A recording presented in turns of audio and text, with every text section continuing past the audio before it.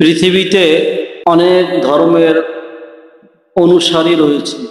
বিভিন্ন ধর্মের মানুষ পৃথিবীর জমিনে বাস করে, এক একজন এক এক ধর্ম পালন করে। প্রত্যেক ধর্মেরই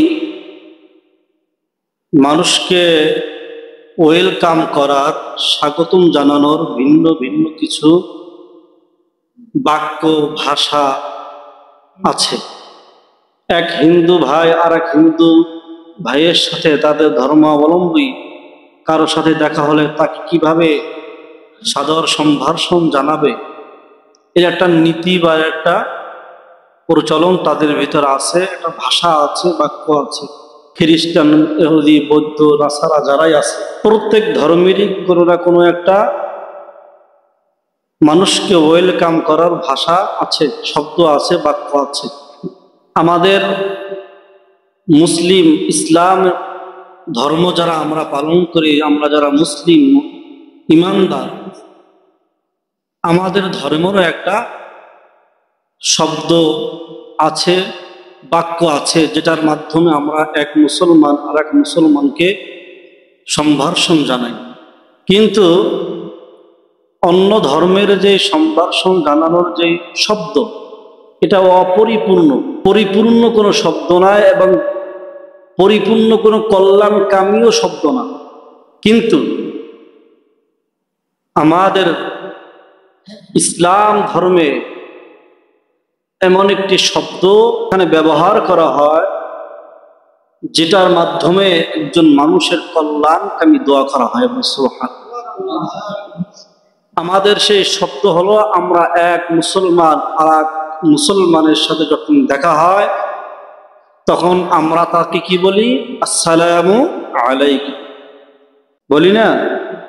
একজন আরেকজনের সাথে দেখা হলে সালাম দিবে। এই যে এক মুসলমান আরেক মুসলমানকে সম্ভাষণ জানালো, ওয়েলকাম জানালো এমন একটা শব্দ দিয়া, যেটার মতো কল্যাণকামী শব্দ ভিন্ন কোনো ধর্মে নাই। যেমন এখন অতি আধুনিক যুগ, তো যারা একটু বেশি স্মার্ট, শিক্ষিত, এটা কি বলে? গুড মর্নিং, গুড ইভিনিং, এগুলো বলে না? এই শব্দগুলোর অর্থ অপরিপূর্ণ।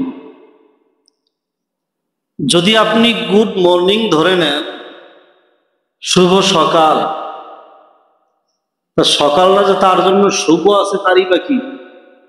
আমি আপনাকে বললাম গুড মর্নিং, আপনি বিছানা থেকে উঠতে পারেন না, 3 দিন ধরে শুয়ে আছেন, তাহলে গুড মর্নিংটা কি আসলে পরিপূর্ণ হইল? সকাল কি সুন্দর হইল? আবার যদি এটা ধরেই নেই যে গুড মর্নিং, সকালে শুভ সকাল জানাইলেন, তো বিকাল দোষ করছে কি? আপনি সন্ধ্যাবেলা বললেন গুড ইভিনিং, তো সকাল কি দোষ করলো? তারা যে কিছু জানাইলেন না।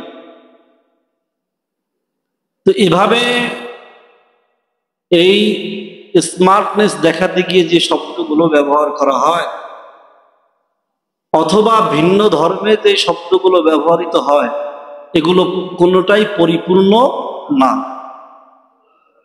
যে ইসলাম ধর্মে এমন একটি শব্দ ব্যবহার করা হয় যেটা স্বয়ং পরিপূর্ণ কল্যাণকামী একটি দোয়া। আসসালামু আলাইকুম ওয়া রাহমাতুল্লাহ, আল্লাহ তাআলার পক্ষ থেকে আপনার উপরে শান্তি বর্ষিত হোক। তো এই যে একজন আরেকজনের জন্য কল্যাণের দোয়া করা, শান্তির দোয়া করা, সালাম শান্তির দোয়া করলো, কল্যাণের দোয়া করলো, এই রকমের সম্ভাষণ ভিন্ন কোনো ধর্মে নাই। এজন্য একজন আরেকজনের সাথে দেখা হলে কি করতে হয়? সালাম দিতে হয়।